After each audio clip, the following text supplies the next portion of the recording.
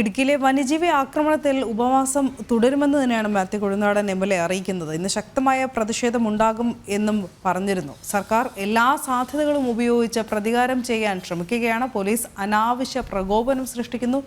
സർക്കാരിനും CPM-നും എതിരായി ഉയർന്നു വന്ന പ്രതിഷേധങ്ങളും ആരോപണങ്ങളും വഴിതിരിച്ചുവിടാനുള്ള ശ്രമമാണ് നടക്കുന്നതെന്നും കൊഴുന്താടൻ പറഞ്ഞു.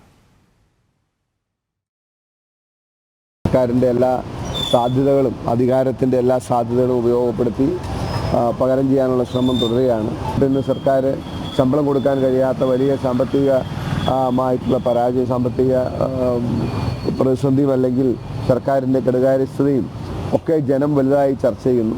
അതോടൊപ്പം തന്നെ സിദ്ധാർത്ഥിൻ്റെ മരണവുമായി ബന്ധപ്പെട്ട് സർക്കാരിനെതിരെ അതിരൂക്ഷമായ ജനവികാരം സംസ്ഥാനത്ത് ഉടലെടുത്ത് വന്നിരിക്കുന്നു. അതിൻ്റെ സമരങ്ങളും കാര്യങ്ങളും നടക്കുന്നു. അതിൽ ശ്രദ്ധ തിരിക്കുന്നതിന് വേണ്ടിയിട്ടാണോ ഈ നിലയിൽ പ്രവർത്തിച്ചതെന്നും ഞങ്ങൾ സംശയിക്കുന്നുണ്ട്.